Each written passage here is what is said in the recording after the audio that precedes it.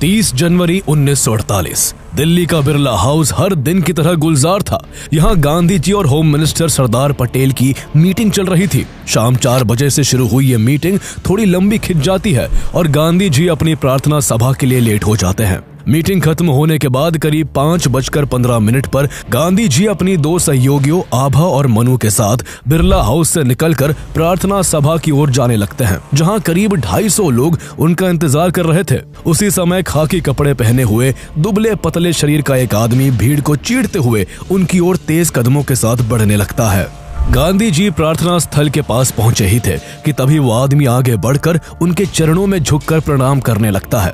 लेकिन जब गांधी जी की सहयोगी आभा इस अजनबी आदमी को रोकने की कोशिश करती हैं, तो वो उन्हें धक्का दे देता है। जब तक आसपास के लोग कुछ समझ पाते, तब तक वो शख्स गांधी जी पर ताबड़तोड़ 3 गोलियां दाग देता है। एक गोली गांधी जी के सीने में लगती है और 2 उनके पेट में लग जाती हैं। गांधी जी के मुंह से हे राम निकलता है और वो वहीं जमीन पर गिर पड़ते हैं।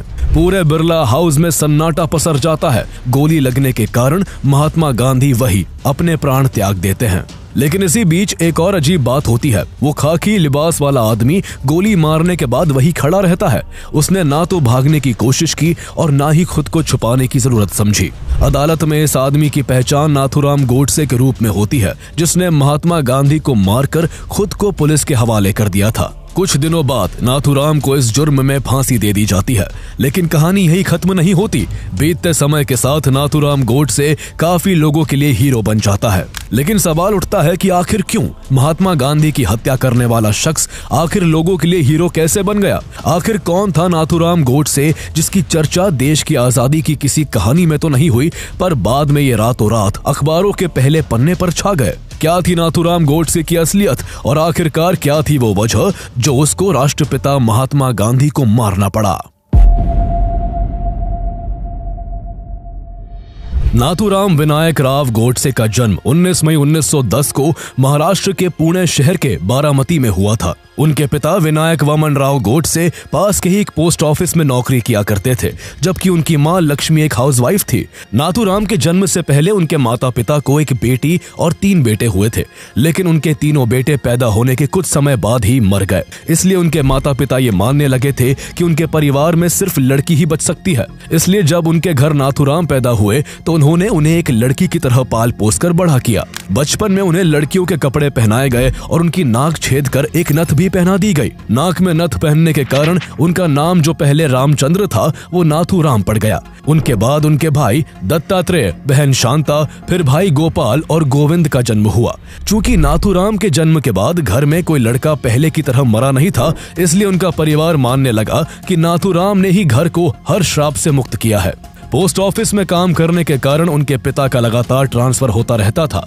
एक बार उनका ट्रांसफर एक गांव में हो गया। वहां कोई अच्छा स्कूल नहीं था और गोडसे के पिता चाहते थे कि उनका बेटा अंग्रेजी की पढ़ाई करे, इसलिए नाथूराम को पढ़ने के लिए उनकी मौसी के घर भेज दिया गया। लेकिन उनका पढ़ाई में मन नहीं लगता था। इस वजह से वो 1928 में 10वीं के एग्जाम में फेल हो गए। उन्हें स्कूल से नफरत सी हो गई थी, इसलिए वो पढ़ाई छोड़कर अपने पिता के पास रहने आ गए। 1929 में उनके पिता का ट्रांसफर रत्नागिरी में हुआ और यहीं से नाथूराम गोडसे के जीवन में अहम बदलाव आना शुरू हुआ। उस समय तक महात्मा गांधी चंपारण सत्याग्रह और नॉन कोऑपरेशन मूवमेंट के जरिए देश में काफी पॉपुलर हो चुके थे।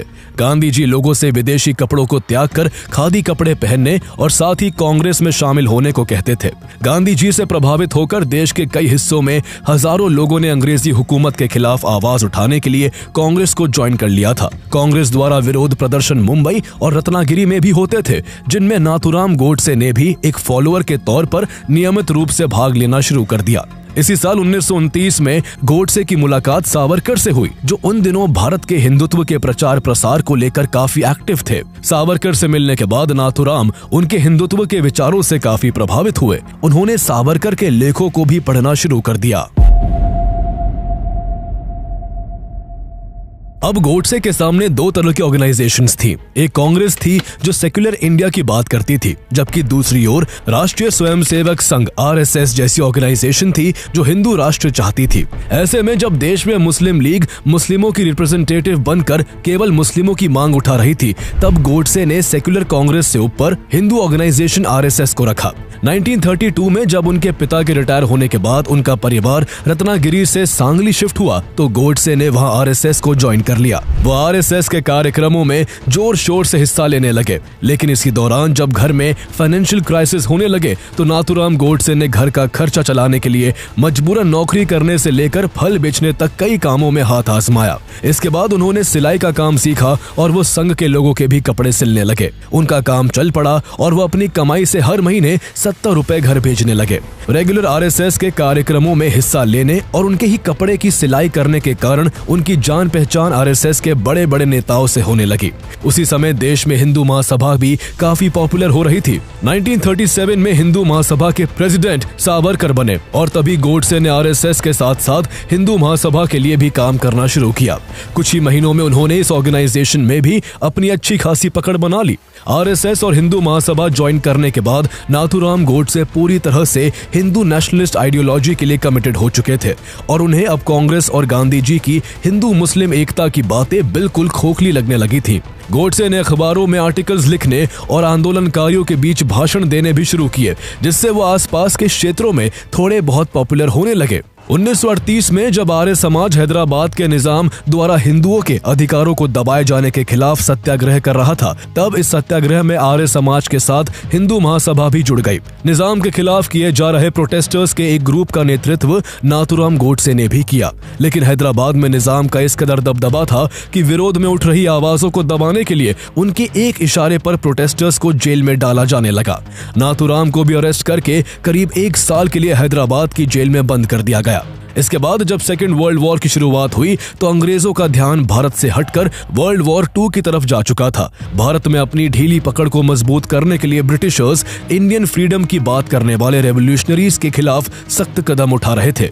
1942 में जब से गांधी जी ने अंग्रेजों के खिलाफ क्विट इंडिया मूवमेंट शुरू किया था, तब से देश में आंदोलन और उग्र हो चुका था। इसके बाद हजारों आंदोलनकारियों को पकड़ के जेल में डाला जाने लगा और RSS और हिंदू महासभा जैसी हिंदू नेशनलिस्ट ऑर्गेनाइजेशंस पर कई तरह के प्रतिबंध लगा दिए गए। ऐसी सिचुएशन में मोहम्मद अली जिन्ना के नेतृत्व में मुस्लिम लीग पाकिस्तान की मांग को अग्रेसिवली उठा रही थी। इसके लिए मुस्लिम लीग अंग्रेजों की जी हुजूरी से लेकर हिंदू मुस्लिम दंगों को भड़काने तक हर पैतरा आजमा रही थी। इसी बीच गोडसे ने नारायण दत्तात्रेय आप्टे के साथ मिलकर 1942 में हिंदू राष्ट्र दल नाम से अपना खुद का एक ऑर्गेनाइजेशन बनाया।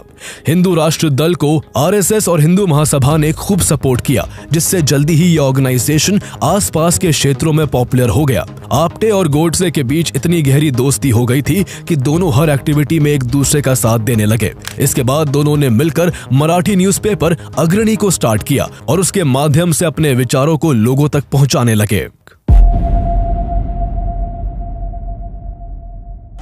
उनका न्यूज़पेपर कांग्रेस का घोर विरोधी था, जिसके लेखों में गांधी जी के नॉन वायलेंस और सेक्युलरिज्म की नीतियों का जमकर विरोध किया जाता था।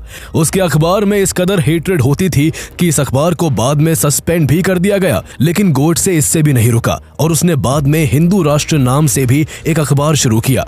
वो हर मौके पर गांधी जी और कांग्रेस के नेताओं पर मुस्लिम अपीजमेंट का आरोप लगाकर उन्हें क्रिटिसाइज करता रहा। गोडसे के हिसाब से गांधी जी की अहिंसा की नीति से हिंदू कम्युनिटी को बहुत नुकसान पहुंच रहा था। गोडसे का मानना था कि गांधी जी जिस अहिंसा की बात करते हैं उसे सिर्फ उनके हिंदू फॉलोअर्स ही फॉलो करते हैं, जिस वजह से दंगों में उन्हें मुस्लिम कट्टरपंथियों का शिकार बनना पड़ता है। गोडसे का यह गुस्सा गांधी जी के लिए नफरत का रूप ले चुका था। ये नफरत इतनी बढ़ चुकी थी कि गोडसे अब गांधी जी को मारने का मौका ढूंढने लगा। मई 1944 में आगा खान पैलेस प्रिजन कैंप से रिहा होने के बाद गांधी जी पंचगनी के आश्रम में रहने लगे थे। इस बीच उनकी तबीयत खराब रहती थी, लेकिन फिर भी वो लगभग हर रोज पब्लिक गैदरिंग्स और प्रेयर मीटिंग्स के जरिए लोगों से प्रेम से रहने की अपील करते थे। जुलाई 1944 की एक शाम गोडसे अपने 18 से 20 साथियों के साथ यहीं आ पहुंचा और गांधी जी के विरोध में नारे लगाने लगा। गांधी जी ने उससे शांति से बैठकर बात करने को कहा, लेकिन गोडसे ने उनसे बात करने से साफ इनकार कर दिया। जब गांधी जी ने शाम की प्रेयर शुरू की तो इसी बीच मौका देखते हुए गोडसे भीड़ को चीरते हुए चाकू लेकर उनकी तरफ बढ़ने लगा। वो उन पर चाकू से वार करने ही वाला था कि तभी वहां मौजूद अन्य लोगों ने उसके हाथ से चाकू छीन लिया। गोडसे और उसके साथी पकड़े जाने से पहले ही वहां से भाग निकले। उसने करीब 2 महीने बाद फिर से गांधी जी को मारने की कोशिश की। सितंबर 1944 में गांधी जी मोहम्मद अली जिन्ना से मिलने बंबई जाने वाले थे ताकि जिन्ना को पाकिस्तान की मांग से पीछे हटने के लिए मनाया जा सके। लेकिन जब गोडसे को गांधी जी के जिन्ना से मिलने जाने के बारे में पता चला तो वो उनको मारने के लिए फिर से पंचगनी आ पहुंचा। उसने एक बार फिर से चाकू से गांधी जी को मारने की कोशिश की, लेकिन इस बार भी उसका प्लान आश्रम के लोगों ने नाकाम कर दिया। 2 बार गांधी जी की हत्या की कोशिश के बाद भी गोडसे को कोई सजा नहीं दी गई थी। वो भी बार बार अपने अनसक्सेसफुल अटेम्प्ट से निराश होकर फिर से अपने अखबार के जरिए कांग्रेस और गांधी जी की नीतियों पर जोरदार प्रहार करने लगा। इसके बाद देश ने वो बुरा वक्त देखा जिसे कई दशकों बाद भी भुलाया नहीं जा सका और ना आगे कभी भुलाया जा सकेगा। इस बुरे वक्त का पहला पन्ना 1946 में कलकत्ता में हुए नरसंहार और हजारों लोगों के खून से सना हुआ है। ये दिन देश को तब देखना पड़ा जब मोहम्मद अली जिन्ना ने पाकिस्तान की ख्वाहिश में हर हद को पार करते हुए 16 अगस्त 1946 को डायरेक्ट एक्शन डे का ऐलान कर दिया, जिसके बाद कलकत्ता में मुस्लिम लीग के कट्टरपंथियों ने हिंदुओं का कत्लेआम शुरू कर दिया। ऐसे में हिंदुओं ने भी एकजुट होकर अपनी तलवारें निकाल ली, जिसके बाद हिंदू मुस्लिम दंगों ने कलकत्ता को अपनी चपेट में ले लिया। दंगों की ये आग कलकत्ता से नोआखली, बिहार और उत्तर प्रदेश समेत कई जगहों तक फैल गई। इस पूरे कॉन्फ्लिक्ट को लेकर गांधी जी ने जो बयान दिया उसने सभी हिंदू नेशनलिस्ट के गुस्से को और भी बढ़ा दिया। उन्होंने अपने अखबार हरिजन के एक लेख में लिखा कि अगर कलकत्ता के सारे हिंदू अपने विवेक का इस्तेमाल करते हुए बहादुरी से मर मिटते तो वो न केवल हिंदू धर्म को बल्कि पूरे हिंदुस्तान को बचा लेते और इस तरह हिंदुस्तान में इस्लाम भी शुद्ध हो जाता। उनके इस लेख ने हिंदुओं को बड़े स्तर पर निराश किया था। उनके इस बयान से गोडसे का यह विश्वास और पक्का हो चुका था कि गांधी जी हिंदू विरोधी हैं और हमेशा मुस्लिमों की ही चिंता करते हैं। इस नाजुक समय का मुस्लिम लीग ने भरपूर फायदा उठाया और आखिरकार कम्युनल राइट्स को भड़काकर मुस्लिम लीग को जो चाहिए था वो उसे मिल गया। डायरेक्ट एक्शन डे के करेक्ट 1 साल बाद माउंटबेटन प्लान के तहत भारत के 2 टुकड़े कर दिए गए और 14 अगस्त 1947 को पाकिस्तान वजूद में आ गया। बंटवारा होने के बाद भी दंगों की आग शांत नहीं हो सकी और हाल ये था कि पाकिस्तान से जब कोई ट्रेन भारत आती तो पूरी ट्रेन हिंदुओं और सिखों की लाशों से भरी होती थी। कहीं हिंदुओं पर जुल्म हो रहा था तो कहीं मुस्लिमों पर। दंगों की इन लपटों में दिल्ली भी उलझा हुआ था, जहां भयंकर मारकाट हो रही थी। ऐसे में जब हिंदू और मुस्लिम का एक साथ बैठना तो दूर, उनका एक रास्ते से गुजरना भी खतरा बना हुआ था। तब भी गांधी जी दोनों धर्मों के लोगों के बीच शांति कायम करने में लगे हुए थे। उन्होंने सितंबर 1947 में दिल्ली आकर दोनों धर्मों के लोगों की आपबीती सुनी। गांधी जी ने सबको मिलकर रहने की अपील करते हुए कहा कि भारत सबका देश है और यहाँ खुशी खुशी रहने का मुसलमानों को भी हक है। ऐसा सुनकर पाकिस्तान में अपना सब कुछ छोड़कर आए हिंदू और सिख शरणार्थी हैरान रह गए। इसके बाद गांधी जी सब धर्मों के लोगों में एकता लाने के लिए मल्टी रिलीजियस प्रेयर्स की सभाएं भी आयोजित करने लगे, जिसमें वो लोगों के सामने भजन, बाइबल पाठ और कुरान की आयतें नियमित रूप से पढ़ा करते। पार्टीशन और उसके बाद हो रहे दंगों से गोडसे काफी दुखी था। मुस्लिम लीग बड़ी चालाकी से मुस्लिमों के नाम पर पाकिस्तान के रूप में एक अलग देश छीन कर ले गई थी और ऐसे में भी गांधी जी सेक्युलरिज्म और भाईचारे की बातें करते थे, जो गोडसे को बिल्कुल भी बर्दाश्त नहीं हो रहा था। वो पार्टीशन के लिए भी गांधी जी को जिम्मेदार मानता था, जबकि गांधी जी हमेशा से बंटवारे के सबसे बड़े विरोधी थे। उन्होंने बंटवारे को रोकने के लिए जिन्ना से कई बार मुलाकात की थी और एक बार तो उन्होंने बंटवारा रोकने के लिए जिन्ना को यूनाइटेड इंडिया का प्रधानमंत्री बनाने का ऑफर भी दे दिया था। जब देश का बंटवारा हुआ था तब भी गांधी जी ने इस बंटवारे को गलत बताया था, लेकिन गोडसे के अंदर गांधी जी के लिए इस कदर जहर भर चुका था कि कोई भी बात उसकी नफरत को कम नहीं कर सकती थी। उसके हिसाब से गांधी जी बंटवारे के बाद भी मुस्लिमों के हित के लिए काम कर रहे थे। गोडसे का मानना था कि गांधी जी भारत में हिंदुओं से तो मुस्लिमों के साथ शांति से रहने की अपील करते हैं, लेकिन उन्होंने पाकिस्तान में मारे जा रहे हिंदुओं की रक्षा के लिए कभी कोई कदम नहीं उठाया। उसका ये गुस्सा तब और बढ़ गया जब उसे पता चला कि 13 जनवरी 1948 को गांधी जी अनशन करने वाले हैं। गांधी जी के अनशन पर बैठने के 2 कारण थे और दोनों ही कारणों से गोडसे बहुत नाराज था। पहला कारण यह था कि दिल्ली में कम्युनल दंगे बहुत बढ़ चुके थे।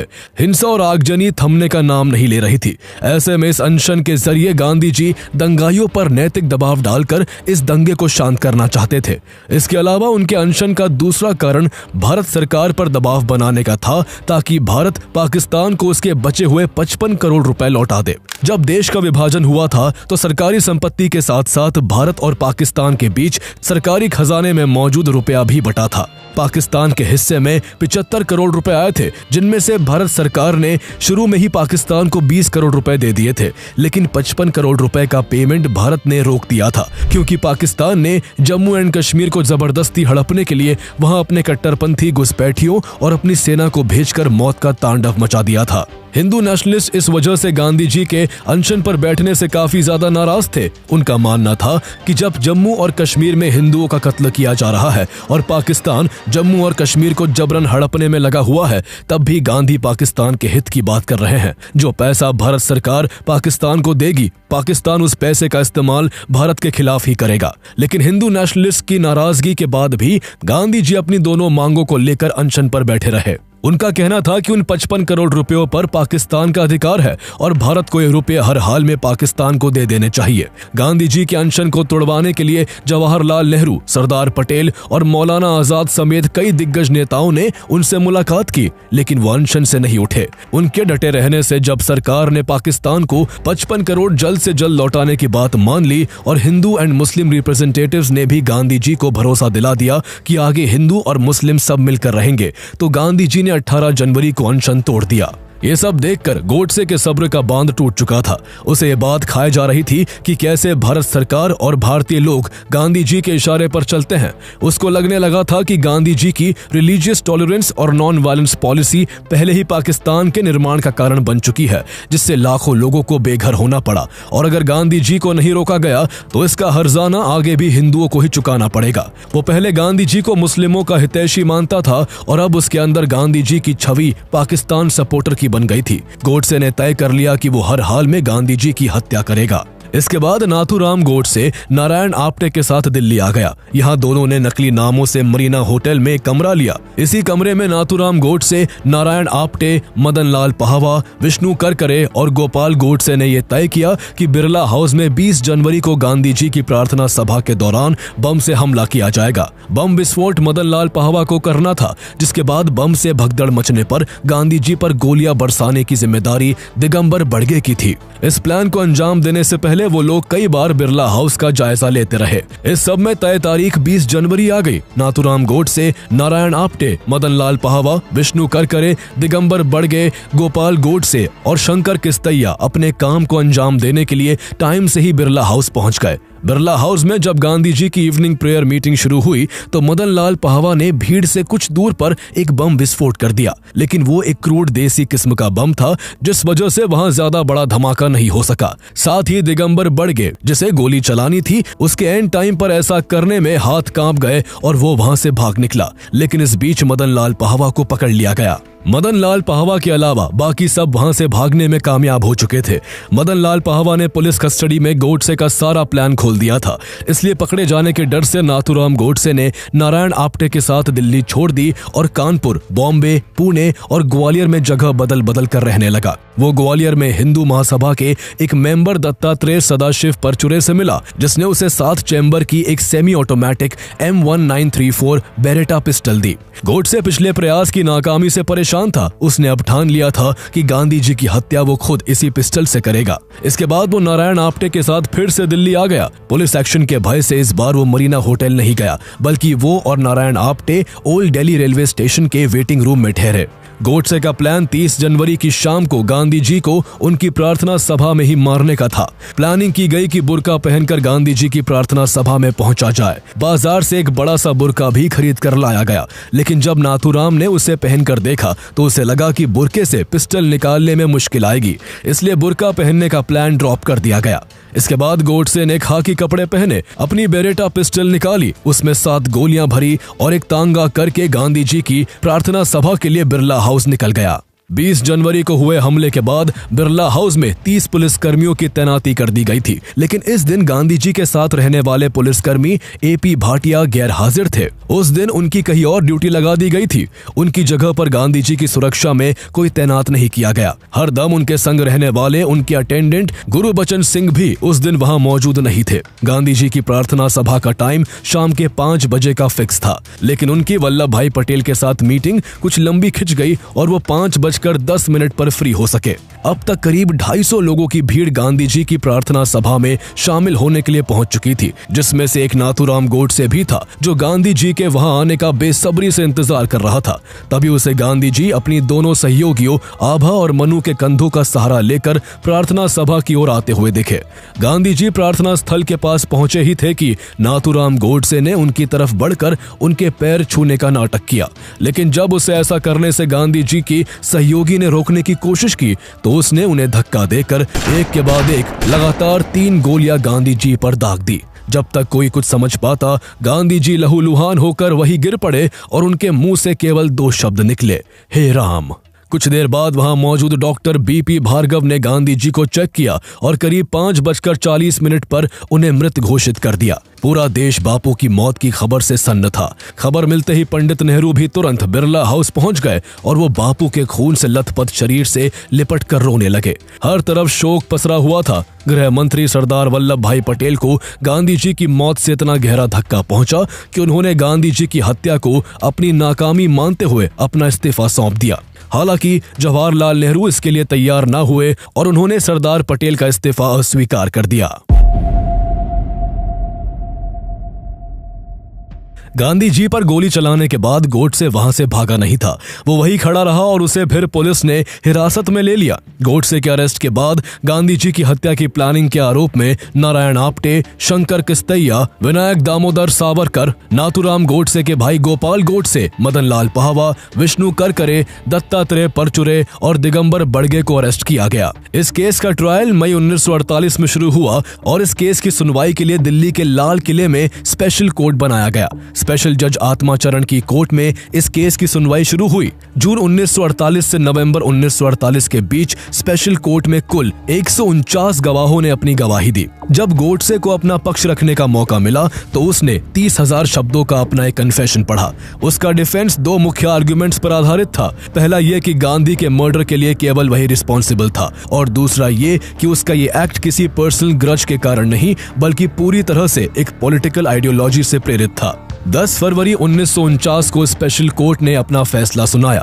नाथूराम गोडसे, नारायण आप्टे और 5 अन्य को दोषी पाया गया। गोडसे और आप्टे को मौत की सजा सुनाई गई। विष्णु करकरे, मदन लाल पाहवा, शंकर किस्तैया और गोपाल गोडसे को उम्र कैद की सजा दी गई, जबकि दत्तात्रेय परचुरे को 7 साल की सजा सुनाई गई। सावरकर को सबूतों के अभाव में बरी कर दिया गया और दिगंबर बड़गे सरकारी गवाह बन गए। बाद में गोडसे समेत सभी आरोपियों ने इस फैसले को पंजाब हाई कोर्ट में चैलेंज किया। हाई कोर्ट में 3 मेंबर्स बेंच ने इस केस की सुनवाई की। सुनवाई के दौरान गोडसे ने किसी लॉयर की मदद लेने से इनकार कर दिया और कहा कि वो अपना केस खुद लड़ेगा। अपनी अपील में गोडसे ने कोर्ट के इस फैसले का विरोध किया कि गांधी जी की हत्या एक कॉन्स्पिरेसी थी। इस सुनवाई के बाद हाई कोर्ट ने दत्तात्रेय परचुरे और शंकर किस्तैया को बरी कर दिया, लेकिन बाकी सभी की सजा को बरकरार रखा। बाद में गोडसे ने प्रिवी काउंसिल में भी अपील करने की कोशिश की, जो उस समय देश का उच्चतम न्यायालय था, लेकिन वहां उसकी अपील को रिजेक्ट कर दिया गया। इसके बाद 15 नवंबर 1949 को अंबाला जेल में नाथूराम गोडसे और नारायण आप्टे को गांधी जी की हत्या के जुर्म में फांसी दे दी गई। गोडसे आरएसएस से जुड़ा हुआ था, इसलिए सरदार वल्लभ भाई पटेल ने गांधी जी की हत्या के केवल 5 दिन बाद 4 फरवरी 1948 को आरएसएस पर बैन लगा दिया था। सरदार पटेल ने आरएसएस को एक चिट्ठी में यह भी लिखा था कि आरएसएस ने हिंदू समाज की सेवा की है, लेकिन आपत्ति इस बात पर है कि आरएसएस के हर भाषण में सांप्रदायिक जहर भरा होता है। इसी का नतीजा है कि देश को गांधी जी का बलिदान देना पड़ा। इसके बाद सरदार पटेल ने आरएसएस से लिखित बयान लिया था कि वो मात्र एक सांस्कृतिक संगठन बन के रहेंगे और कभी राजनीति में नहीं आएंगे। जुलाई 1949 में कुछ कंडीशंस के साथ आरएसएस पर से बैन हटा दिया गया। हालांकि गांधी जी की हत्या के बाद जब शक की सुई आरएसएस की तरफ घूमी थी, तब आरएसएस ने साफ कर दिया था कि गोडसे ने कई साल पहले ही आरएसएस को छोड़ दिया था। खुद गोडसे ने भी अपने बयान में इस बात का दावा किया था कि वो बहुत पहले ही आरएसएस को छोड़ चुका था। लेकिन नाथूराम गोडसे के भाई गोपाल गोडसे और उनके परिवार वाले आखिर तक ये दावा करते रहे कि नाथूराम गोडसे ने कभी आरएसएस को नहीं छोड़ा था। इसके अलावा इस केस से जुड़ी एक जरूरी बात यह थी कि गोडसे ने ट्रायल के दौरान गांधी की हत्या को लेकर जो स्टेटमेंट्स दी थी उन्हें गवर्नमेंट ने तुरंत बैन कर दिया था। 1968 में बॉम्बे हाई कोर्ट द्वारा जब इस बैन को हटाया गया तो नाथूराम के भाई गोपाल गोडसे ने जेल से रिहा होने के बाद गोडसे की दलील को एक किताब के रूप में पब्लिश किया, जिसका टाइटल था व्हाई आई असैसिनेटेड गांधी। इस किताब में एक जगह गोडसे ने कहा था कि गांधी को देश का राष्ट्रपिता कहा जाता है, लेकिन अगर ऐसा है तो उन्होंने पिता होने के कर्तव्य का पालन नहीं किया, क्योंकि उन्होंने देश के विभाजन को स्वीकार कर देश के साथ बहुत बड़ा विश्वासघात किया था। आगे गोडसे ने यह भी कहा कि मुझे पता है कि गांधी की हत्या करने की वजह से मेरी जिंदगी बर्बाद हो जाएगी और लोग मुझसे नफरत करेंगे, लेकिन मुझे यकीन है कि गांधी के बिना भारतीय राजनीति प्रैक्टिकल रिटालिएट करने में सक्षम और आर्म्ड फोर्सेस के साथ मजबूत होगी और भारत पाकिस्तान के अत्याचारों से बच जाएगा। गोडसे का बयान सच के करीब था, यह सच से बहुत दूर। इसका आंकलन तब से लेकर आज तक हर कोई अपने अपने हिसाब से करता रहा है। गोडसे को लेकर लोग कभी एकमत नहीं हो सके। किसी की नजर में वो हीरो है तो कोई उसे आजाद भारत का पहला टेररिस्ट मानता है। आप गोडसे को किस नजर से देखते हैं? आप कमेंट में बता सकते हैं।